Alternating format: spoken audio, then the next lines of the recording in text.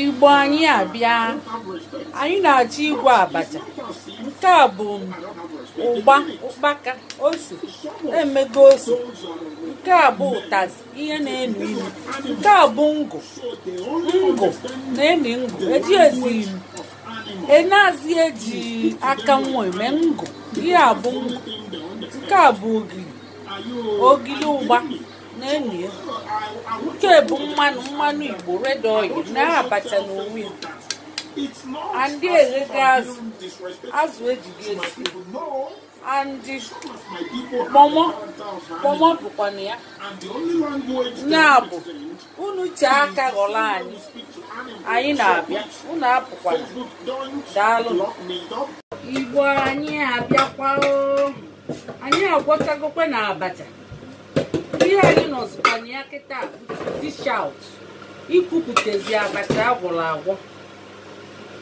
Ihe niile dị na ya, akwụkwọ aṅara ọ dị na ya, ụtazị nke na-enu inu ọ dị na ya, mkpụrụ aṅara ọ dị na ya, ụgba fancha zuru oke.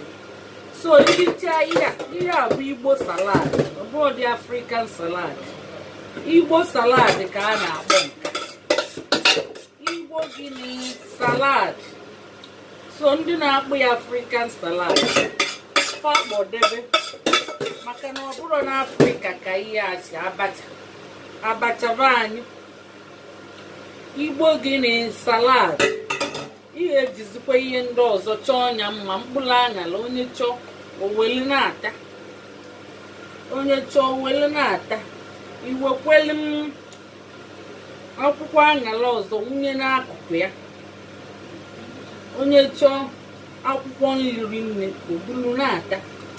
Iwekwele alụbasa wee chọọ ọnya mma, maka ndị chọọ ite alụbasa idobe n'akụkụ. Onye chọọ oweli na-ata. Ama like-kwa alụbasa. Etinyebugo m bienye obele itinyekwa ose n'akụkụ ya kwa. Tinye ose maka ndị chọrọ ose. Ibutekwe gịnị kanda a na-esi eghegokwe kanda eghego. Kanda emego gịnị oghego.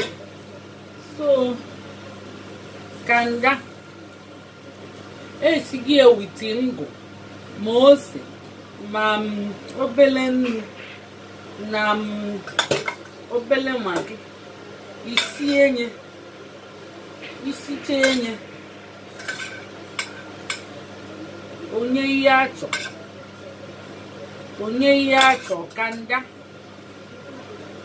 Biafran kpọmọ iru ya na ose. Iwekweli edebe n'akụkụ, ịma ntinye chi maka ọ ga-ebuzi anụ. Nke a bụ azụ uregoro debe. Iwekweli etinyekwe n'akụkụ ya. Were azụ